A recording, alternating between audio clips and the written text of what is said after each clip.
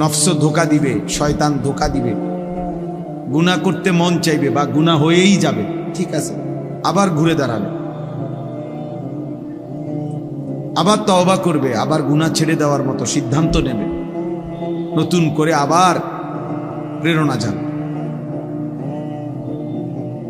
এইভাবেও যদি কেউ চলতে থাকে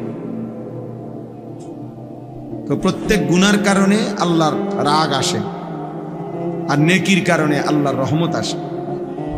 তো আল্লাহ তাআলা নিজে বলছে, বান্দা শোনো, সাবাকাত রাহমাতি আলা গাদাব, আমার রাগের উপরে আমার রহমত চলে, অর্থাৎ আমার রাগের চাইতেও রহমত আগে আসে। তাহলে অতএব নফসের সাথে, মনের চাহিদার সাথে এবং শয়তানের সাথেও যদি কেউ ধাক্কাধাক্কিও করে, যে শয়তান তাকে একবার গুনাহ করায় ফেলছে, আরেকবার সে হিম্মত করে আবার ফিরে দাঁড়াইছে যে না, আমি গুনাহ করব না, এইভাবেও যদি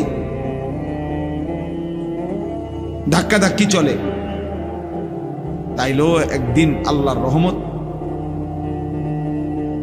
গালেব হয়ে প্রভাব বিস্তার করে আল্লাহ দয়া করে তাকে পুরাপুরি গুনাহ ছেড়ে দেওয়ার হিম্মত দান করে।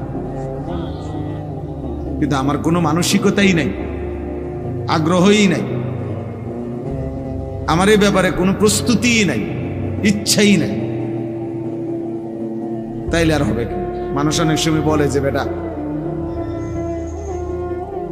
সে নবীনগর যাবেই না, যত জোরাজোরি করো তো, এই যাইতেই না, তার কোনো যাওয়ার ইচ্ছাই না, তুমি জোর করলে হবে কেন?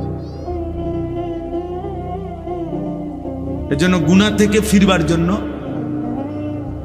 আল্লাহর ইবাদতে অভ্যস্ত হওয়ার জন্য হাকিমুল উম্মত মুজাদ্দিদুল মিল্লাত হযরত মাওলানা শাহ আশরাফ আলী থানভী রাহমাতুল্লাহি আলাইহি তিনি বলছেন, তিনটি জিনিস জরুরি। এক নাম্বার হলো ইরাদা, ইচ্ছা। মনের মধ্যে একটা ইচ্ছা হইতে হবে, নিয়ত হইতে হবে যে আমি গুনাহ ছাড়ব, আমি নেকি করব, এটা তার অন্তরের মধ্যে নিয়ত হইতে হবে, অন্তরের মধ্যে ইচ্ছা থাকতে হবে, ইরাদা করতে হবে। এরপরে দুই নম্বরে হলো হিম্মত, যথাসাধ্য সর্বোচ্চ চেষ্টা দিয়ে হিম্মতের সাথে গুনাহ থেকে বাঁচার চেষ্টা করতে হবে। কলিজা ছিঁড়ে যাইতেছে, মন চাইতেছে বেশি, তবুও মনেরে বুঝাইতে হবে, ফিরাইতে হবে, হিম্মত করতে হবে যে না, আমি গুনাহ করবই না, আমি মিথ্যা বলবই না, আমি সত্য বলেই যাব, আমি আমার আল্লাহর নাফরমানি করবই না, আমি ফজরের নামাজ পড়বই, ঘুমাবো না, উঠবই আমি। এই যে এরকম একটা হিম্মত, এটা সারা মানুষ ইবাদত আমলের মধ্যে পারবে না, হিম্মত লাগবে, একটা মজবুত ইচ্ছা শক্তি তার লাগবে। তাহলে এক নাম্বার হলো ইরাদা, ইচ্ছা, নিয়ত। দুই নাম্বার হলো হিম্মত, যথাসাধ্য গুনাহ থেকে বেঁচে থাকা, ইবাদতের উপরে জমে থাকা।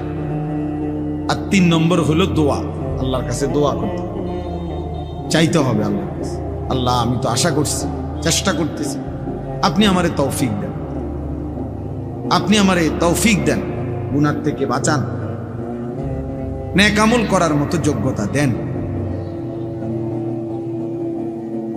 সবাইকে বললাম, আমাকেও বললাম, জওয়ান বুড়ো সবাইকে বললাম, আপনি যদি গুনাহকে গুনাহই মনে না করেন, আপনি যদি নেকিকে প্রয়োজনই মনে না করেন, তো আপনার নেকি বাড়বে কেমন, গুনাহ ছুটবে কেমন? আপনার তো ছেড়ে দেওয়ার কোনো মানসিকতাই নেই, আগ্রহই নেই। এটা জরুরি বিষয়। ইরাদা, হিম্মত, দোয়া,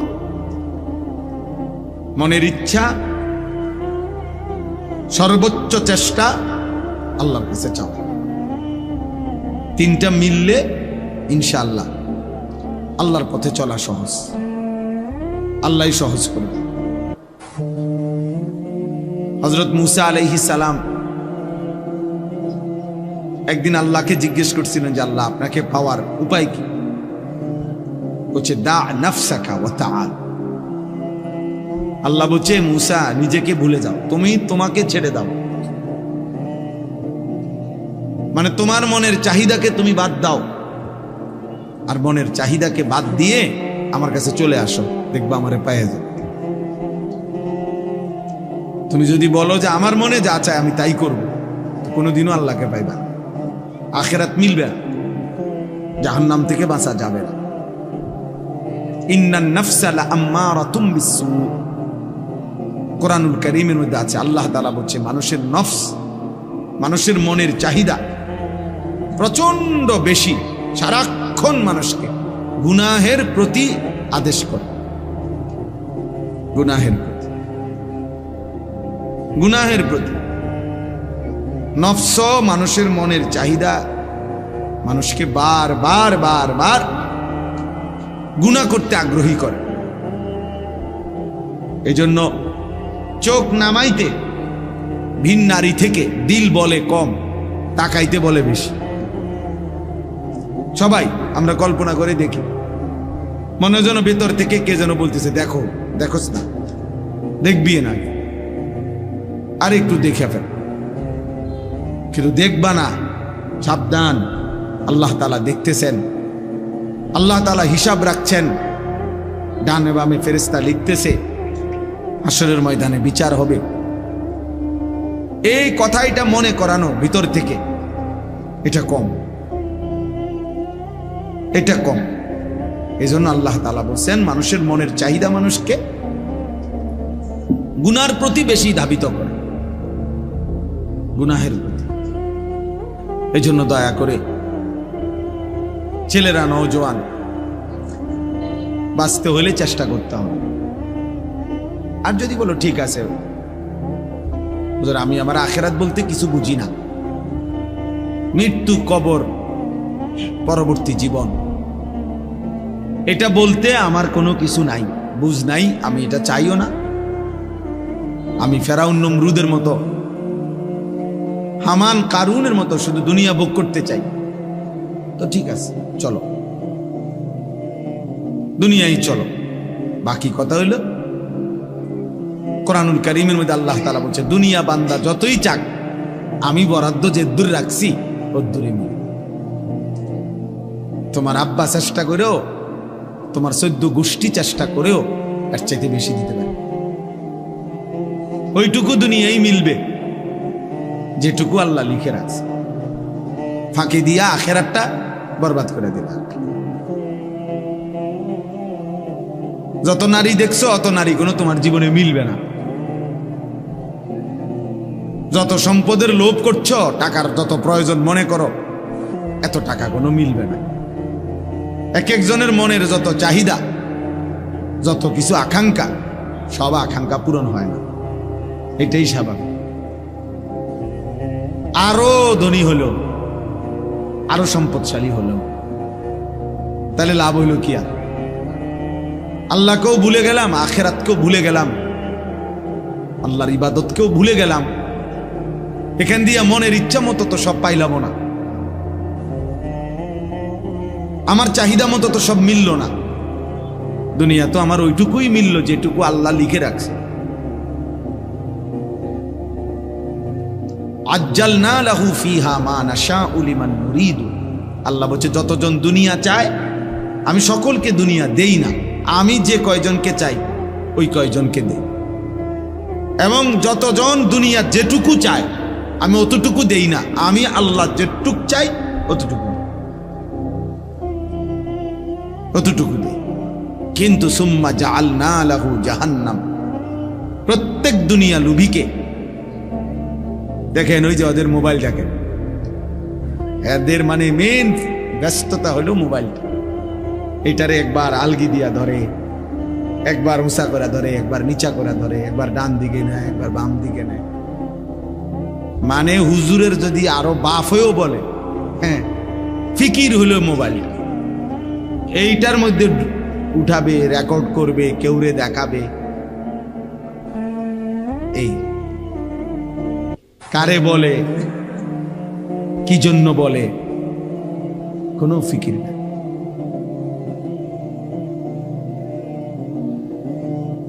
এটাই আমার জীবনের বড় আফসোস। আমি সব সময় বেশি আফসোস করি।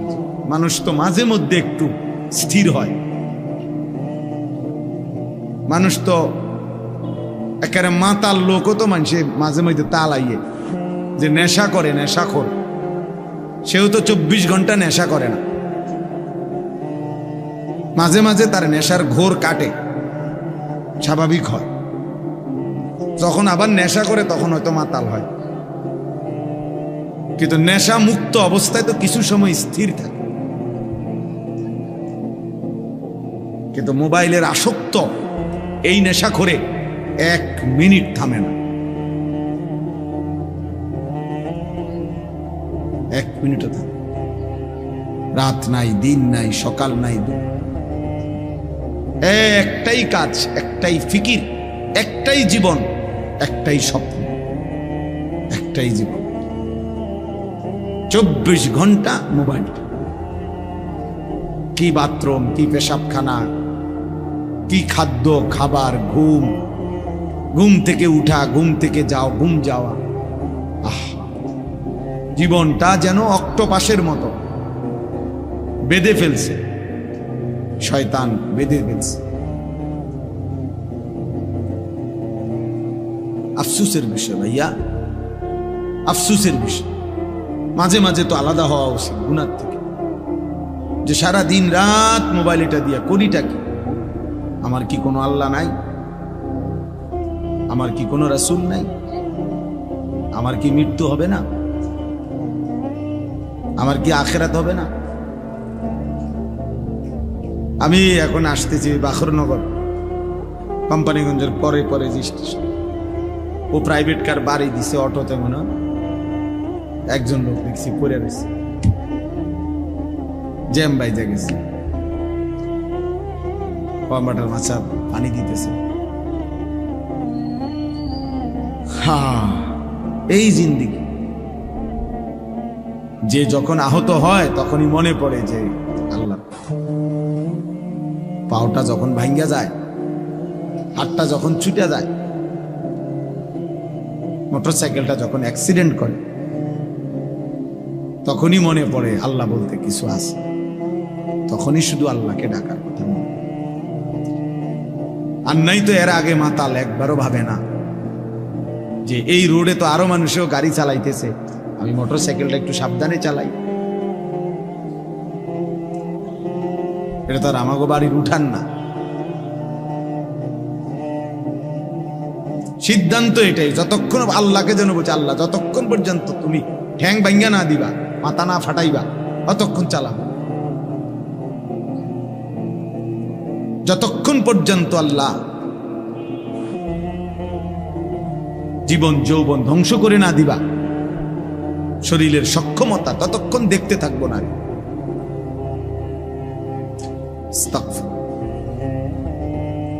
এজন্য দোস্ত, এটা ভাবা উচিত, বাবারাও ভাবা উচিত, সবাই আমরা ভাবা উচিত। 24 ঘন্টা 2 জিনিস আমাদের বিরুদ্ধে লেগে থাকে। এক হলো আমাদের মনের চাহিদা, নফস, আরেক হলো শয়তান। বাহিরে থেকে শয়তান, ভেতরে থেকে নফস। এই 2 শত্রু আল্লাহ আমাদের বিরুদ্ধে লাগায় রাখছে। আর বলছেন এই 2 শত্রুকে পরাজিত করে তোমাকে বিজয়ী হইতে হবে। এরপরে জান্নাত। জান্নাত এটা মামুলি না। জান্নাত 2টা রুম আর একটা বারান্দা না। জান্নাত শুধু এক তরকারি আর ডাইল আর আলু ভর্তা দিয়ে ভাত খাওয়ান না। জান্নাত শুধু 2-4 আইটেমের ফল ফলাদির নাম না। জান্নাত অনেক। ইজা রাআইতা সাম্মা রাআইতা নাঈমান ওয়া মুলকান কাবীরা। আল্লাহ বলেন, আমার বান্দা যখন জান্নাত দেখবে কেবল দেখতেই থাকবে, বারবার চোখ ফিরাইয়া ফিরাইয়া দেখবে। দেখতে দেখতে সে বুঝবে তাকে আল্লাহ তাআলা নিয়ামতে ভরা এক বিশাল সাম্রাজ্য দান করেছে, মুলকান কাবীরা, বিশাল সাম্রাজ্য, বিশাল এরিয়া না, বিশাল সাম্রাজ্য। সবচেয়ে ছোট জান্নাত আল্লাহ নবী সাল্লাল্লাহু আলাইহি ওয়াসাল্লাম বলছেন 10 দুনিয়া বরাবর, 10 দুনিয়া বরাবর। সর্বশেষ যেই লোক জান্নাতে যাবে তার জান্নাত। আমরা যেমন নবীকে বিশ্বাস করি, খোদার কসম এই কথাও আমি কমপক্ষে ইয়াকিনের সাথে বিশ্বাস করি। আলহামদুলিল্লাহ, কারণ আমরা বিশ্বাস করি আল্লাহর এই কথা, রসুলের এই কথার মধ্যে এক জাররা পরিমাণও সন্দেহ নেই। তোমরা বেনামাজি যুবক, তোমাদের সন্দেহ হইতে পারে, তোমরা আসলে আল্লাহর ব্যাপারে সন্দিহান, এই জন্য সেজদা দাও না। তোমাদের কলিজায় এটা আছে হয়তো যে আল্লাহ বলতে কিছু নাই, অবশ্যই। এই জন্য ও সন্দিহান, মূলত ও আখিরাতের ব্যাপারে সন্দিহান, ও নবীজির এই কথাগুলোর ব্যাপারে তার সন্দেহ আছে। এই জন্য সে স্বাভাবিকভাবে হাসি খুশি মুডে ঠান্ডা মাথায় নামাজও পড়ে না, সেজদাও দেয় না, অনবরত গুনাহ করছে, গুনাহ করছে, গুনাহ করছে। আস্তাগফিরুল্লাহ। না, এটা তো কমপক্ষে একটা যুদ্ধ করতো। গুনাহ আমার নাই, আমি বলি নাই, আমি কোনো বেহেশতের দিকে আইছি না, এখন আসছি ক্যান্টনমেন্ট থেকে। বুঝেন নাই কথা? আমি কোনো বেহেশতের থেকে আইছি না, গুনাহ আমার নাই, আমি এটা বলি নাই। কিন্তু এটা কেমন গুনাহ যে 24 ঘন্টা, 24 বছর, 12 বছর, 10 বছর, 1 বছর এক তালে, এক রঙে, এক ঢঙ্গে গুনাহ। এটা কি ধরনের নাফরমান ভাই? এ তো গাদ্দার, এ তো চূড়ান্ত বেয়াদব, এ তো নিকৃষ্ট বেয়াদব, এ তো হাইওয়ান, এ তো চতুষ্পদ জন্তু, যে গুনাহকে স্বাভাবিক বানায় নিছে। মিথ্যা বলে প্রতিদিন, চুরি করে প্রতিদিন, নারী দেখে প্রতিদিন, জিনা ব্যভিচারের দৃশ্য দেখে প্রতিদিন, সুদ খায় প্রতিদিন, ওজনে কম দেয় প্রতিদিন, কাস্টমারকে ঠকায় প্রতিদিন, হালাল হারামের কোনো পার্থক্য নাই প্রতিদিন, বিড়ি সিগারেট খায় প্রতিদিন, নাচ গান টেলিভিশন নর্তকী দেখে প্রতিদিন, কথায় কথায় গালি দেয় প্রতিদিন, ফজরের নামাজ পড়ে না প্রতিদিন। এই কি সাধারণ পাপী মনে করছেন? তো সীমা লঙ্ঘনকারী, এ তো সীমা লঙ্ঘনকারী, এ তো বেয়াদব, এ তো গাদ্দার। এই জন্য হাদিসে আছে, আল্লাহ নবী সাল্লাল্লাহু আলাইহি ওয়াসাল্লাম বলছেন, কুল্লু উম্মতি মুআফান ইল্লাল মুজাহিরিন।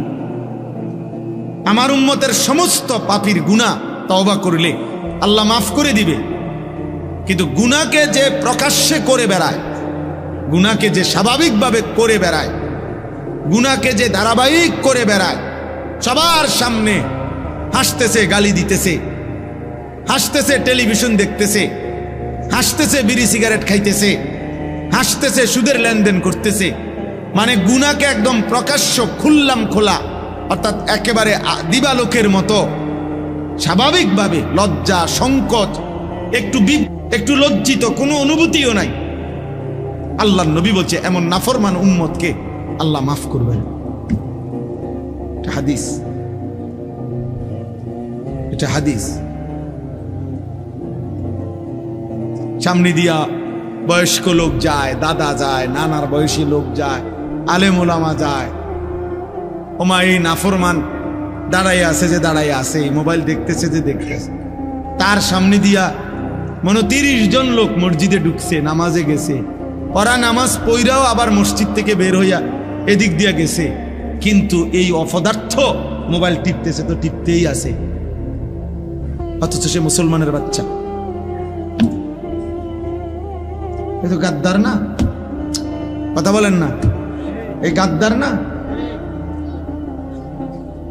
সে মানে কিরে এতগুলো মানুষ মসজিদে ঢুকলো আমার সামনে আবার বের হইলো, একটা জলজ্জান্ত নামাজের ওয়াক্ত চলে যাচ্ছে, মসজিদের জামাত হয়ে গেল, আজান হইল, একামত হইল। আহা ওমা, এটা কি নাফরমান, এটা কি হাইওয়ান,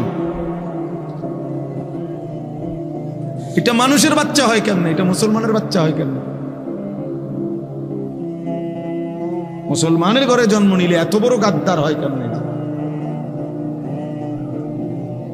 সামান্যতম লজ্জা তো হওয়ার কথা যে জিন্নারিল্লাহ, আমিও তো একজন মুসলমান, এতগুলো মানুষ আমার সামনে মসজিদে যায়, আমি কি যাব না? আমার কি কখনোই সময় হবে? চলো ভাই, এই জন্য এই আয়াত আমি পড়ছি। আল্লাহ তাআলা বলেন, ইয়া আইয়ুহাল্লাযীনা আমানু, হে ঈমানদারগণ, লা তাত্তাবিউ খুতুওয়াতিশ শাইতান, কোনোভাবেই বান্দা মুমিন, তুমি আমার, তুমি না আমার উপরে ঈমান এনেছো বান্দা, আমি বড় খুশি হইছি বান্দা, তুমি মুমিন, তুমি মুসলমান, তোমাকে জন্মসূত্রে হয়তো আমি ঈমান দিয়েছি, অথবা কেউ যদি পরেও ইসলাম গ্রহণ করে তাকেও আল্লাহ বলছে তুমি আমার। সমস্ত ঈমানদার, আল্লাহ কোরআনে নিজে বলছে, মুমিন আল্লাহর বন্ধু। ঈমানদার কার বন্ধু? আল্লাহর বন্ধু। মুমিনের বন্ধু আল্লাহ, আল্লাহর বন্ধু মুমিন। এজন্য তাফসীরের মধ্যে আছে, ইয়া আইয়ুহাল্লাযীনা আমানু, হে ঈমানদারগণ, এই কথার আরেকটা অর্থ হলো হে আমার বন্ধুগণ। আল্লাহ বলছে হে আমার বন্ধুরা, বন্ধুগণ, হে আমার বন্ধুগণ। আল্লাহ তাআলা বলছে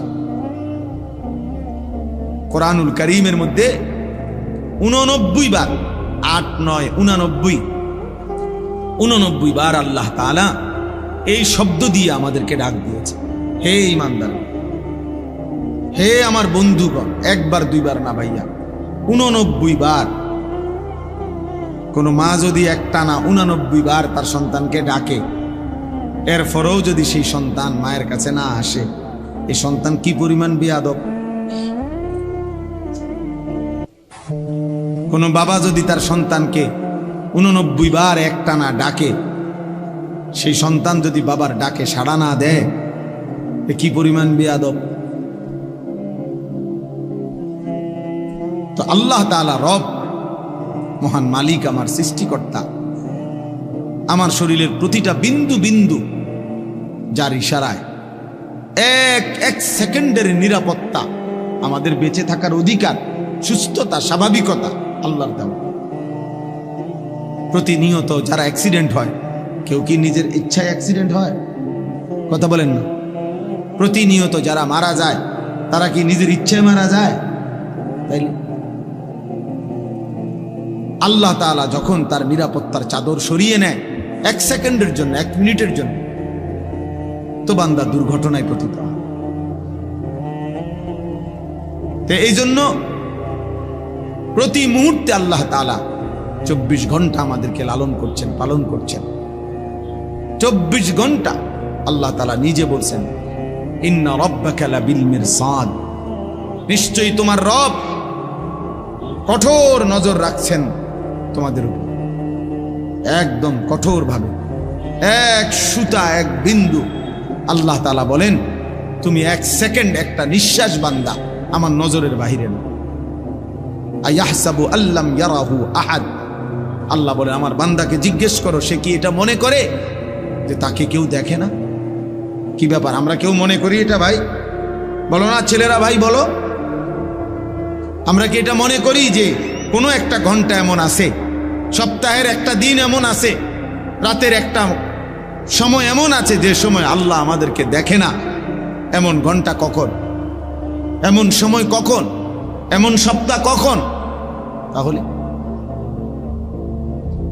তো আল্লাহ তাআলা বলছেন, ইয়া আইয়ুহাল্লাযীনা আমানু, হে ঈমানদারগণ, আমি ডাকছি তোমাকে, আমি ডাকছি। আমি ডাকছি বান্দা, এর চাইতে প্রিয় আর কি হইতে পারে? হাসান বসরি রহমতুল্লাহ আলাই বলছেন, একজন মুমিনের উচিত এই ডাকটা শুনবার পর গোটা পৃথিবী ভুলে গিয়ে আল্লাহর ডাকে কান পাতা শোনা, রাখো চপ চুপ, আমার মালিক আমার মনিব আমারে ডাক দিছে, আমি শুনি তিনি আমাকে কি বলছে। এটা ইনসাফের দাবি। কোন মানুষ তার অফিসের বস, সিনিয়র কর্মকর্তা আপনার ডাক দিলে সে যেই পরিমাণ দৌড় মারে আর জি স্যার বলে। আমি ওই দিন আমারে আপনার একটা জেলার একজন পুলিশের এডিসি, উনি আমার একটা মাহফিলের দাওয়াত দিতে চাচ্ছে, এখন আমার নাম্বারে পায় না, তো আমার বুড়িচং থানার ওসিরে উনি ফোন দিছে ওখান থেকে। ওসি আমাদের ফাঁড়ির যেই ইনচার্জ ওনারে ফোন দিছে। ইনচার্জ আমার মহল্লার ওনার পরিচিত লোকরে বলছে, আপনি হুজুর কই, হুজুরে খুঁজে বাইর করেন এক্ষণ, আমার হুজুরের দরকার। স্যারে মানে বসে ফোন দিছে, এডিসি স্যার, পুলিশের এডিসি। এরপরে উনি ওই ইনচার্জ আমার কাছে আসছে দুপুরবেলা। আমি দেখলাম বেচারা এ ওই স্যারের সাথে যে কথা বলতেছে, জি স্যার, জি জি স্যার, জি জি স্যার, জি হুজুরকে পাইছি স্যার, পাইছি স্যার, জি জি স্যার, জি স্যার, আপনি কথা বলেন স্যার, স্যার আমি বলছি স্যার, স্যার মানে। আমি বললাম, আরে ভাই আপনি থামেন, আমি আমারে বলতে দেন, আমি শুনি, স্যারের লগে আমি কথা বলি। দেখলাম উনি জি স্যার কইতে কইতে ওনার জান শেষ।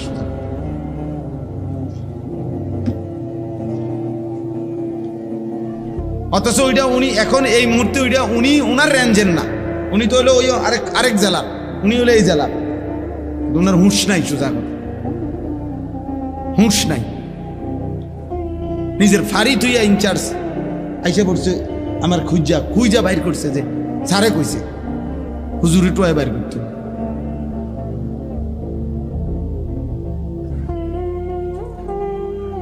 যাই হোক, তাহলে আমার বলার উদ্দেশ্য হলো আমার আল্লাহ আমাকে ডাক দিয়েছে, তার চাইতে বড় মালিক আর কে হতে পারে?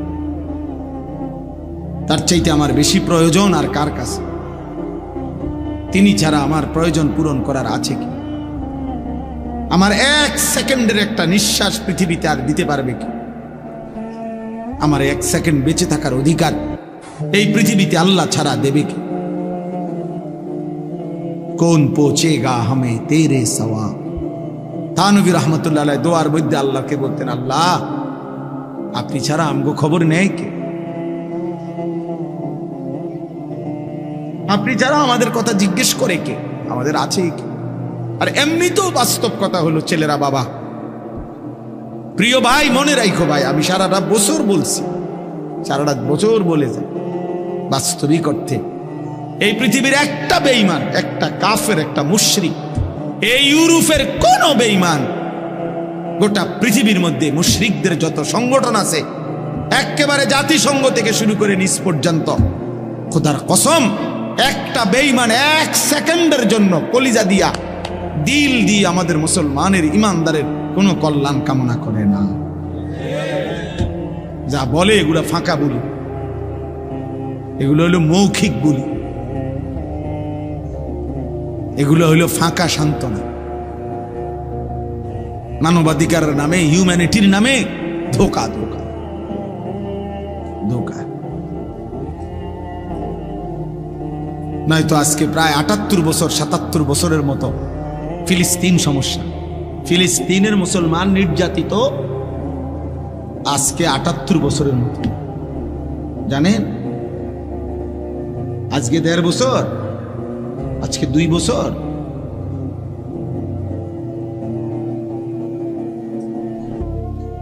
আজকে প্রায় ৭৮-৭৭ বছরের মতো ফিলিস্তিনের মুসলমান নির্যাতিত। একটি ছোট্ট এরিয়া ফিলিস্তিন, এই সামান্যটুকু জায়গার অল্প কিছু মানুষের সমস্যার সমাধান করতে ৭৮ বছর লাগে। কি মনে হয়? ইসরায়েলের জনগোষ্ঠী এই যারা মুসলমানদেরকে এইভাবে মারতেছে, ওদের মূল জনগোষ্ঠী 1 কোটি না, 92 থেকে 97 লাখ ইসরায়েলের ইয়াহুদি। মূল সারা দেশের জনসংখ্যা তাদের, সর্বমোট জনসংখ্যা হলো তাদের 1 কোটির নিচে। আমাদের ঢাকা শহরের 1 কোণাতে বইয়া থাকে 1 কোটি মানুষ। আমগো ঢাকা শহরের সায়দাবাদ যাত্রাবাড়িতে দাঁড়াইলে দেখা যায় মানুষ আর মানুষ।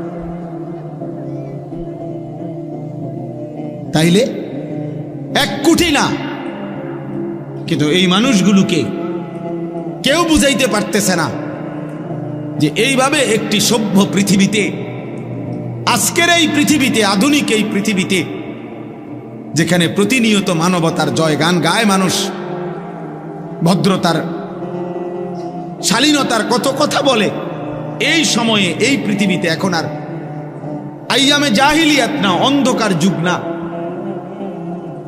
এত আধুনিকতার এই যুগে আইসাও এইভাবে একটি অঞ্চলের মানুষকে এভাবে নির্মম নির্যাতন, যে দিনের পর দিন যারা একটা রুটি খুঁজে পায় না, একবেলা পেট ভরে কোনোদিন খাবার খাইতে পারে না, এটা কল্পনা করা যায়? পত্রিকা আসছে বেটা, গাজার একটা ছেলে 12 কিলোমিটার এতিম বাচ্চা পায়ে হাঁটা গেছে একটা রুটির জন্য। 12 কিলোমিটার পায়ে হাঁটা যখন একটা রুটি নিচে হাতে, এই সময়ে তাদের এই বেঈমানদের বুলেটের আঘাতে এতিম সন্তান বুকটা ঝাঁঝরা হয়ে গেছে। রুটি হাতেই সেই শহীদ হয়ে গেছে, রুটিটা আর খাইতে পারে। তাইলে আমাদের আল্লাহ ছাড়া কেউ নেই। আমাদের সফলতা, আমাদের সুখ, আমাদের নিরাপত্তা ভাইয়া আল্লাহর হাতে। আর আল্লাহর অব্যাহত নাফরমানি, ধারাবাহিক পাপ একদিন সুখ কেড়ে নিবে। মনে রাখো ছেলেরা, তোমাগো দাদা হয়তো কবরে যাবো বা, তুমি মনে করো না তোমার দাদায় কষ্ট পাইব তোমার কারণে, কারণ তোমার দাদার যে বয়স, তোমার বাপের যে বয়স, তারা তোমার আগে কবরে চলে যাবে। কিন্তু তোমার এই অসভ্যতা, তোমাদের এই 14, 16, 18, 20, 22 বছরের ছেলেরা, তোমরা যা করতেছ, এর খেসারত, এর প্রায়শ্চিত্ত তোমরা দুনিয়ায় দিতে হবে। মনে রাখো, মনে রাখো বাপ, আমি তো আর একদিন বলি না, 1000 বার বলছি। এত অল্প বয়সে, 18 বছর মাত্র বয়স, এত অল্প বয়সে এত নারী দেখে ফেললা, এত কম বয়সে এত ছবি দেখে ফেললা, এত অল্প বয়সে এত উলঙ্গ ছবি দেখে ফেললা। হায় জানোয়ার, বাকি জীবন কি করবা? এমন সুন্দর 18 বছর বয়সেও এত বড় সাহস যে বছরে 6 মাস, 1 বছর, কোনদিন হয়তো একটা বছর চলে গেছে, কোনদিন 5 ওয়াক্ত নামাজ পড়লা না, এত কম বয়সে এত সাহসী হয়ে গেলা। আল্লাহরে কিছুই মনে করো না? হ্যাঁ, কি ভাবতেছ এইভাবে সুখে আর রঙের গুড্ডি উড়বে? হ্যাঁ, পৃথিবীতে শুধু মুসলমানদের মধ্যে ফিলিস্তিন শুধু অপরাধ করছে এই জন্য রক্তাক্ত নাকি? কথা বলে না? আর আমরা সব জুনায়েদ বাগদাদি নাকি? আমরা সব আব্দুল কাদের জিলানি নাকি? তাইলে তাইলে একবার কাইত হইয়া পড়লে, আল্লাহ যদি একবার নিরাপত্তার চাদর সরায় ফেলে, আল্লাহ তাআলা যদি একবার শাস্তির ফয়সালা দিয়ে ফেলে ভাইয়া, হয়তো আরেকবার ঘুরে দাঁড়াইতে 100 বছরও আর দাঁড়ানো যাবে না। এটা মনে রাখতে হবে।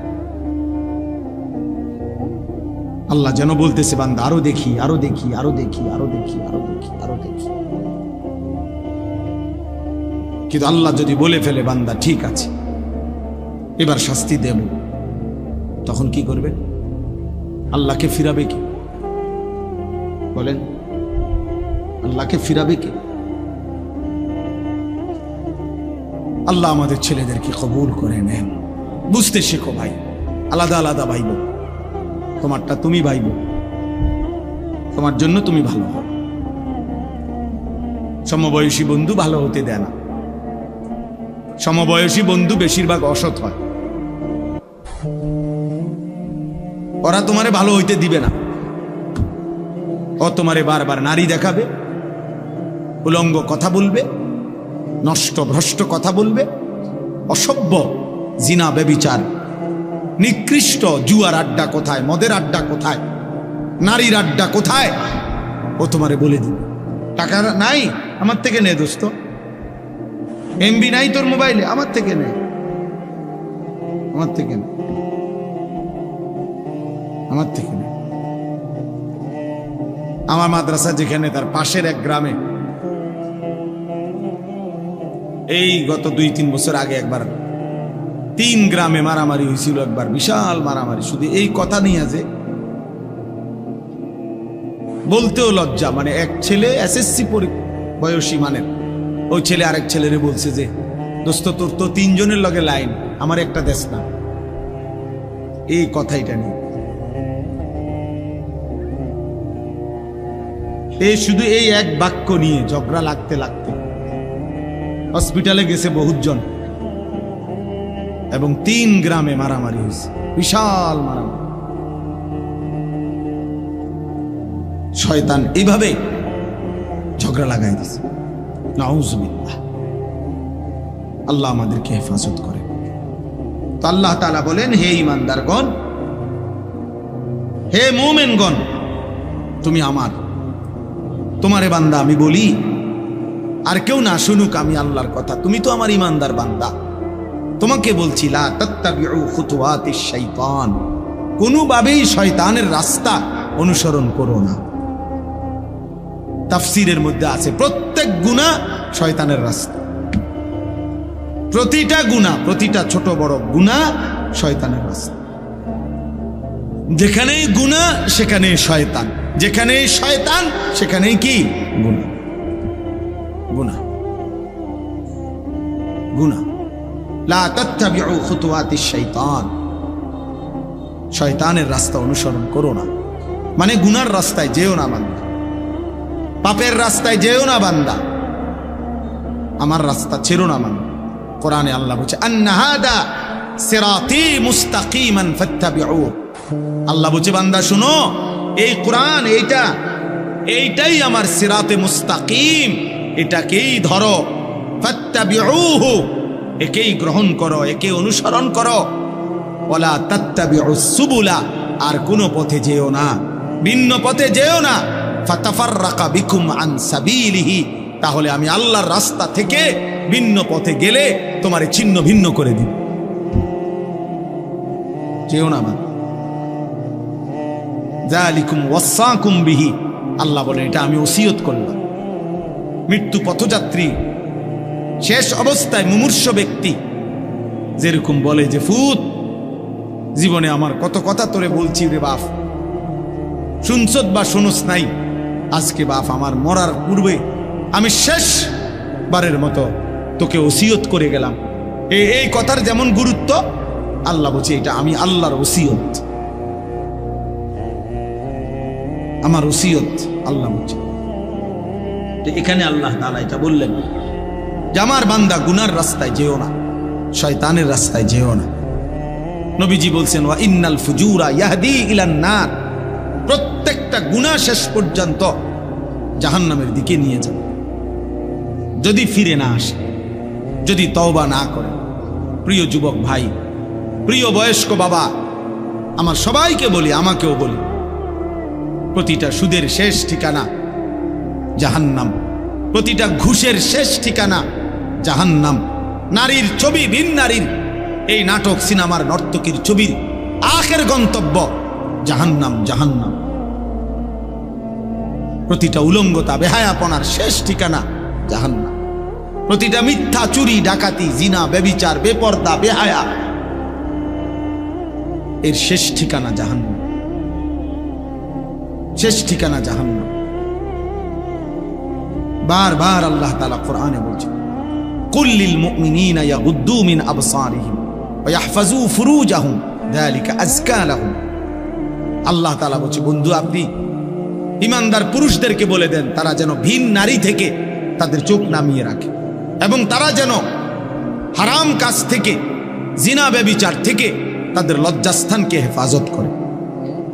আল্লাহ বলে যালিকা আযকা লাহুম, এটা যদি তারা করে আমি আল্লাহ ওয়াদা দিলাম এই কাজ তাদের অন্তরকে শতভাগ পবিত্র করে দিব। আযকা, নারীর থেকে চোখ ফিরাইবা, লজ্জাস্থান হেফাজত করবা, খোদার কসম আল্লাহর ওয়াদা, সে হয়ে যাবে তাজকিয়াওয়ালা, সে হয়ে যাবে আধ্যাত্মিক সাধক, সে হয়ে যাবে আল্লাহওয়ালা, সে হয়ে যাবে মুত্তাকি। আল্লাহ বলেন আমি তার দিল 100 পবিত্র করে দেব। আজকা মানে ইসমে তাফজিল, পূর্ণ পবিত্র করে দেব, পূর্ণ। হাদিসের মধ্যে আছে আল্লাহ তাআলা বলছেন হাদিসে কুদসিতে, আমার কোনো বান্দা যদি আমার ভালোবাসায় ভিন নারী দেখা থেকে চোখ নামিয়ে রাখে, মোবাইলে হোক, বাস্তবে হোক, টেলিভিশনে হোক, নাটকে হোক, সিনেমায় হোক, রোডে হোক, আল্লাহ তাআলা বলছেন বান্দা যদি আমার ভয়ে, আমার ভালোবাসায় চোখ নামিয়ে রাখে, আমি আল্লাহ ওয়াদা দিলাম তৎক্ষণাৎ আমি তার অন্তরে ঈমানের স্বাদ মজা দিয়ে দেব। আবদালতুহু ঈমানান ইয়াজিদু হালাওয়াতাহু ফি কলবি। আল্লাহ তাআলা এখানে এটা বলছেন। তাহলে ভাইয়া এই বক্তব্যের মূল কথা এটাই, লা তাত্তাবিউ খুতুওয়াতিশ শাইতান, শয়তানের রাস্তা ধরো না। কোন বাবা হারাম দিয়া আরো কিস্তি নিল, চাচা অভাব যাবে না চাচা। কোন সুদখোরের অভাব শেষ হয় নাই রে বাপ, কোন কিস্তিখোরের অভাব। ৬,০০০ টাকার কিস্তি, আমার ঘনিষ্ঠ লোকে আমার কানতে কানতে বলছে, কয় যে হুজুর ৬,০০০ টাকার কিস্তি বাড়তে বাড়তে দিতে পারছি না করতে করতে ৪ লক্ষ টাকা হইয়া গেছে। এখন আর আপন ভাই বাড়ি ছাড়া, ঘর ছাড়া, কার মা অসুস্থ করতো দেখতেও আসতে পারে, ও ৬,০০০ টাকার কিস্তি।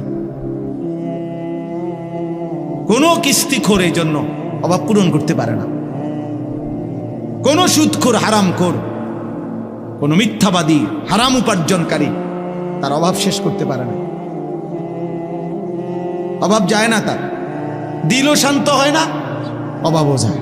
কলজাটার মধ্যে সারাক্ষণ জ্বালা ফোড়া, আরো চাই, আরো চাই, আরো চাই, আরো চাই, এতে টিয়া পায়, হেতে টিয়া পায়, ওইতে টিয়া পায়, ওইতে টিয়া পায়।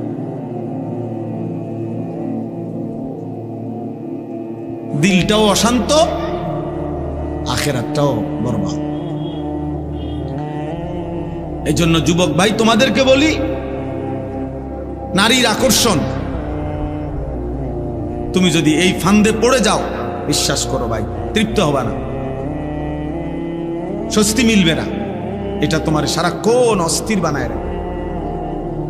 তোমার শরীর নষ্ট হচ্ছে, হাত নষ্ট হইতেছে গুনার দ্বারা, লজ্জাস্থানের সক্ষমতা নষ্ট হইতেছে, যৌবনের শক্তি নষ্ট হইতেছে, কোমরের শক্তি চলে যাচ্ছে, দুইটা সাফা ভিতরে ঢুকে যাইতেছে, চোখ ভিতরে ঢুকে যাচ্ছে, দেখতে দেখতে চেহারাটা জঙ্গলি জানোয়ারের মতো মনে হচ্ছে। তুমি হয়তো আন্দাজ করো নারী, কারণ তোমারে তো আর চুলের কারণে, চেহারার কারণে, তোমার এই বিদঘুটে আকৃতির কারণে কোনো ভদ্রলোক তো তোমার দিকে ফিরেও তাকায় না।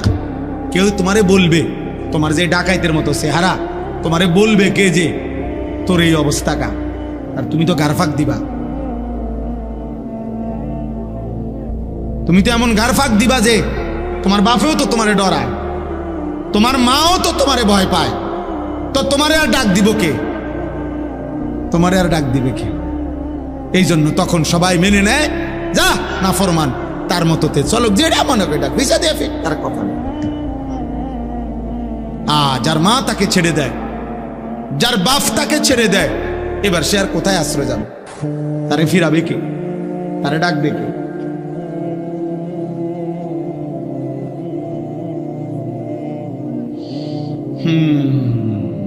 ইয়া আইয়ুহাল্লাযীনা আমানু লা তাত্তাবিউ খুতুওয়াতিশ শাইতান।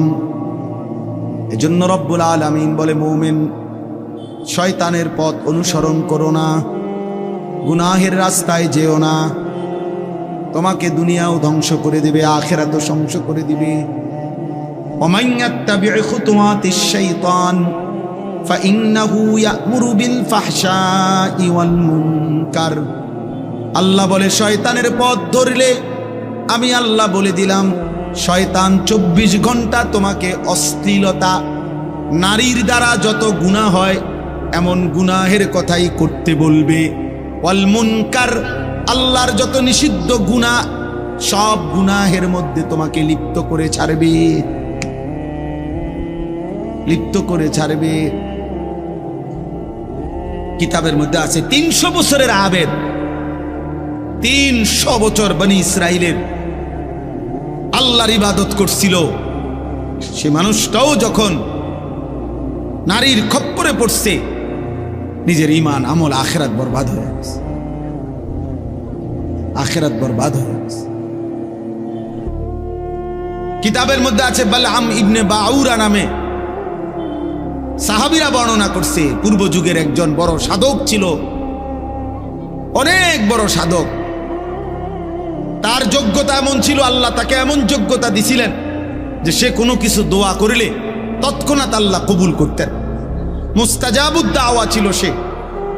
কিন্তু স্ত্রীর, নারীর প্রলোভনে সে হারাম, ঘুষ, মুসা আলাইহিস সালামের বিরুদ্ধে আল্লাহর কাছে বদদোয়া করার জন্য মুসা নবীর বিরুদ্ধদের লোকদের কাছ থেকে অনেক টাকা, স্বর্ণ, রৌপ্য গ্রহণ করছে। নারীর ফাঁদে পড়ে শেষ পর্যন্ত আল্লাহ তাআলা, কোরআন শরীফে আছে দোস্ত, সূরা আরাফের মধ্যে, ওই লোককে আল্লাহ তাআলা শেষ পর্যন্ত এমন অভিশপ্ত বানাইছে যে সে মুসা নবীর বিরুদ্ধে কিছু বললেই ওই যারা তারে পয়সা দিছে বলতেছে, সে নিজে বুঝতেছে যে আমি মুসার বিরুদ্ধে কই, কিন্তু মুখ দিয়া বাইরে সবাই শোনে যে ও যারা টাকা দিছে তাকে বিরুদ্ধে কয়। বুঝেন নাই? প্রতিটা বদদোয়া উচ্চারিত হচ্ছে অগ বিরুদ্ধে। ওরা চিল্লায়া চিৎকার শুরু করে দিচ্ছে, আরে আরে আরে আরে তুই কি কও, থামো থামো, তুমি কি বলছো, তুমি আমগো বিরুদ্ধে বদদোয়া দিতে আসো। তখন সে বলছে, খোদার কসম, হে ভাইরা, আমার জিহ্বা আর আমার নিয়ন্ত্রণে নাই, আমি যতই চেষ্টা করছি মুসার বিরুদ্ধে বলতে, আমার মুখ দিয়ে তো তোমাদের বিরুদ্ধেই বের হচ্ছে। এরপরে খোদার কসম আছে, এরপরে আল্লাহ তাআলা তার জিহ্বাটা লম্বা করে ফেলছে। কোরআন শরীফে আছে যে কুত্তার মতো, ফামাসালুহু কামাসালিল কালব, কুকুরের মতো জিহ্বা লম্বা হয়ে গেছে, একবারে বুকের কাছে তার জিহ্বা চলে আসছে। কুকুরের জিহ্বা যেমন লম্বা হয়ে যায়, কুকুরের উপরে কোনো বোঝা চাপায়া দিলেও সে হাঁফায় জিহ্বা লম্বা করে এমন করে। আবার যদি এটা সরাইয়া ফেলে, খালি পিঠের মধ্যে কিছু নাই, এমনে দাঁড়াইয়া আছে, তখনও কুত্তা জিহ্বা লম্বা করে এমন হাঁফা। এরকম আল্লাহ তাআলা কোরআন শরীফ আছে, আল্লাহ তার জিহ্বা লম্বা করে ফেলছে। এজন্য দয়া করে দোস্ত, আল্লাহ তোমারে আমারে হেফাজত করছে। সারা রাত উলঙ্গ ছবি দেখার পরেও সকালবেলা মানুষের আকৃতিতে তোমারে হয়তো ঘুম থেকে উঠাইছে, কিন্তু কোরআন শরীফে একটা আয়াত আছে, ফি আইয়ি সূরাতিম মা শাআ রাক্কাবাক, আল্লাহ চাইলে যেই কোনো আকৃতি দিতে পারেন। তাফসীরের মধ্যে আছে, খোদার কসম, মুফাসসিরিন ওলামারা বলছে আল্লাহ চাইলে কাউকে মানুষের দেহ রাইখাও চেহারাটা কুকুরের মতো, শুকুরের মতো বানায় দিতে পারে। এবং এটা আল্লাহ তাআলা পিছনের জামানায় করেছেন কিনা, কুনু কিরাদাতান খাসিইন, পূর্ববর্তী অবাধ্য জাতিদেরকে আল্লাহ তাআলা শুকর বানায় দিয়েছে। ছিল তো মানুষ, আস্তা মানুষ, কিন্তু চেহারাটা শুকরের মতো, চেহারাটা শুকরের, চেহারাটা কুকুরের মতো। আল্লাহ হেফাজত করে। অতএব আজকে এতটুকু কথাই, ওয়ালাউলা ফাদলুল্লাহি আলাইকুম ওয়া রাহমাতুহু মা যাকা মিনকুম মিন আহাদিন আবাদা। আল্লাহ বলছে, আমার দয়া যদি না হয়, আমার অনুগ্রহ, আমার রহমত যদি না হয়, বান্দা নিজেকে নিজে পবিত্র রাখতে পারবা না। নিজের পবিত্রতা নিজে রাখতে পারতা না, আমার দয়া হইতে হবে। আর আমার নাফরমানি করবা 24 ঘন্টা, আমি কেন তোমারে দয়া করব? আমি কেন তোমাকে দয়া করব বান্দা? এই জন্য দোস্ত, ভাত খাওয়ানো আর চরিত্রবান হওয়া এক কথা না। ভাত তো সবারই আল্লাহ খাওয়ায়, খানা তো আল্লাহ গরু ছাগল কুকুর বিড়াল রেও খাওয়ায়, শুকর রেও খাওয়ায়। দুনিয়াতে এগুলো সবাই ভোগ করে। যেন আল্লাহ বলছেন, আমার দয়া না হলে কেউ নিজেকে পবিত্র করতে পারবে না, আর আমার নাফরমানি করলে আমার দয়া মিলবে না, দয়া মিলবে না। ওয়ালাকিন্নাল্লাহা ইউযাক্কি মান ইয়াশা, আল্লাহ বলেন আল্লাহই যাকে চান পবিত্র করে থাকেন। আল্লাহু সামিউন আলিম, আর আল্লাহ তোমাদের সব শুনতেছেন, সব জানেন। এই পৃথিবীর কেউ শোনে না ইয়ারফোন লাগাইয়া রাত 2টা বাজে ফজর পর্যন্ত, ভোর পর্যন্ত কোন নারীর সাথে কি বলেছ। আল্লাহ বলে, বান্দা পৃথিবীর কেউ শুনে নাই, ইয়ারফোন লাগাইয়া রাখছো, আমি শুনেছি, আমি শুনছি বান্দা, আমি জানি, আমি দেখছি বান্দা, সব আমি দেখেছি, আমি সব জানি, আমি সব শুনি। আল্লাহ শুনে না কখন? কথা বলে না। আল্লাহ দেখে না কখন? আল্লাহ জানে না কখন? আয়াহসাবু আল্লান ইয়াকদির আলাইহি আহাদ, আল্লাহ বলে আমার বান্দাকে বলো না সে কি ভেবেছে তার উপরে কারো কোনো ক্ষমতা নাই, পরে জিজ্ঞেস করো। আল্লাহ বলে বান্দা তাকে জিজ্ঞেস করো তো, এত মিথ্যা, এত নাফরমানি, এত বেনামাজি জিন্দিগি, একটা সেজদাও সে যে দিচ্ছে না, সে কি মনে করেছে তার উপরে কারো কোনো ক্ষমতা নাই? কি ভেবেছেন?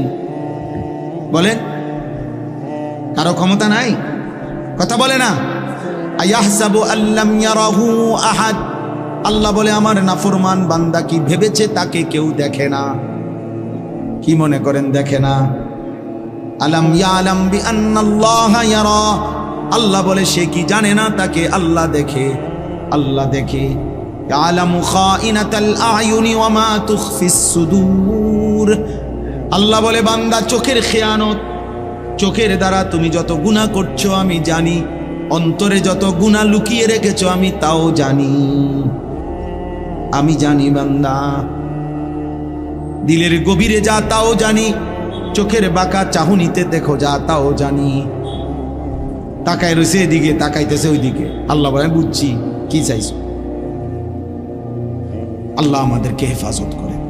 এজন্য প্রিয় ভাই, এই ছেলেদের এই আয়োজন আহলে সুন্নাতুল জামাত পাঠাগার, আমি আগেও এই মাহফিলে আসছি, ও বাজারের কোন কোনা দিয়া বয়ান করছিলাম, হ্যাঁ সাবরার নিচে, ঠিক না? হ্যাঁ হ্যাঁ, আমার মনে আছে।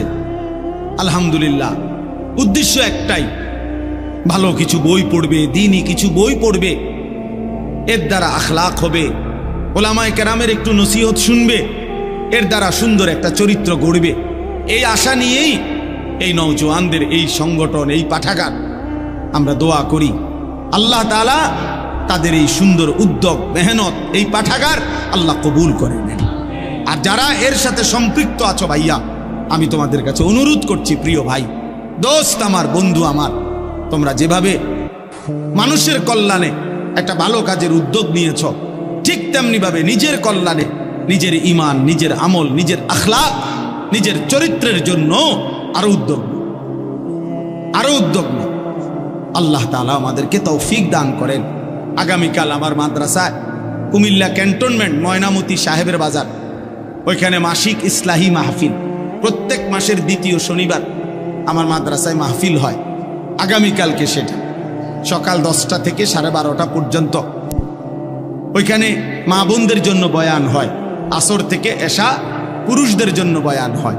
আমার শায়েখ আল্লামা মুফতি মুশতাকুর নবী কাসিমি হুজুর এই মাসে বয়ান করবেন, আমরাও থাকবো ইনশাআল্লাহ। সুযোগ থাকলে নওজোয়ান ভাই কারো যাওয়ার চেষ্টা করবেন।